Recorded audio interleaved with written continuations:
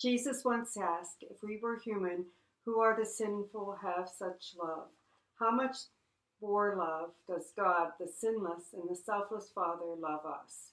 But what happens when that love isn't returned? What happens to the heart of the Father when his child turns away? Rebellion flew into Jo's world like a Minnesota blizzard.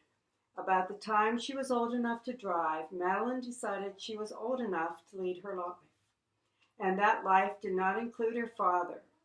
I should have seen it coming, Jo would say later, but for the life of me, I didn't.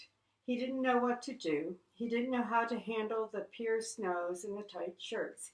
He didn't understand the late nights and the poor grades. And most of all, he didn't know when to speak and when to be quiet. She, on the other hand, had it all figured out. She knew when to speak to her father, never. She knew when to be quiet, always. The pattern was reversed, however, with the lanky, tattooed kid from down the street. He was no good, and Jo knew it. And there was no way he was going to allow his daughter to spend Christmas Eve with that kid. You'll be with us tonight, young lady. You'll be at your grandmother's house eating, your grandmother's pie. You will be with us on Christmas Eve. Though they were at the same table, they might as well have been on different sides of town. Madeline played with her food and said nothing. Grandma tried to talk to Jo, but he was not in the mood to chat. Part of him was angry, part of him was heartbroken, and the rest of him would have given anything to know how to talk to this girl who once sat on his lap. Soon the relatives arrived, bringing with them a welcome end to the awkward silence. The room was filled with noise and people. Jo stayed on one side, Madeline sat sullenly on the other. Put on the music, Jo reminded one of his brothers, and so he did.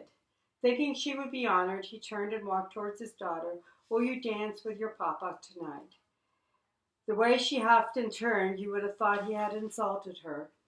In full view of the family, she walked out the front door and marched down the sidewalk, leaving her father alone, very much alone. According to the Bible, we have all done the same. We have spurred the love of our Father.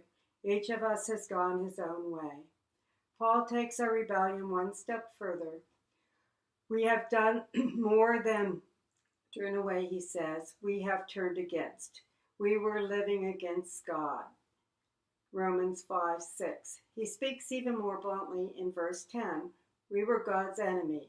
Harsh words, don't you think? An enemy is an adversary, one who offends not out of ignorance, but out of intent. Does this describe us?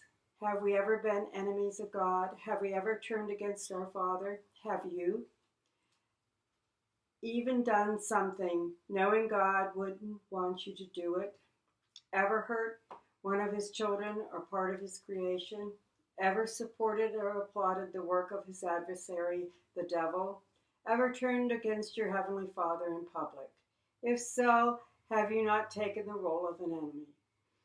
So how does God react when we become his enemies? Madeline came back that night, but not for long. Jo never faulted her for leaving. After that, what it was like being the daughter of a butcher. In the last days together, he tried so hard. He made her favorite dinner. She did not want to eat. He invited her to a movie. She stayed in her room. He bought her a new dress. She didn't even say thank you. And then there was that spring day. He left work early to be at the house when she arrived home from school. Wouldn't you know, that was the day she never came home. A friend saw her and her boyfriend in the vicinity of the bus station. The authorities confirmed the purchase of a ticket to Chicago. Where she went from there was anybody's guess.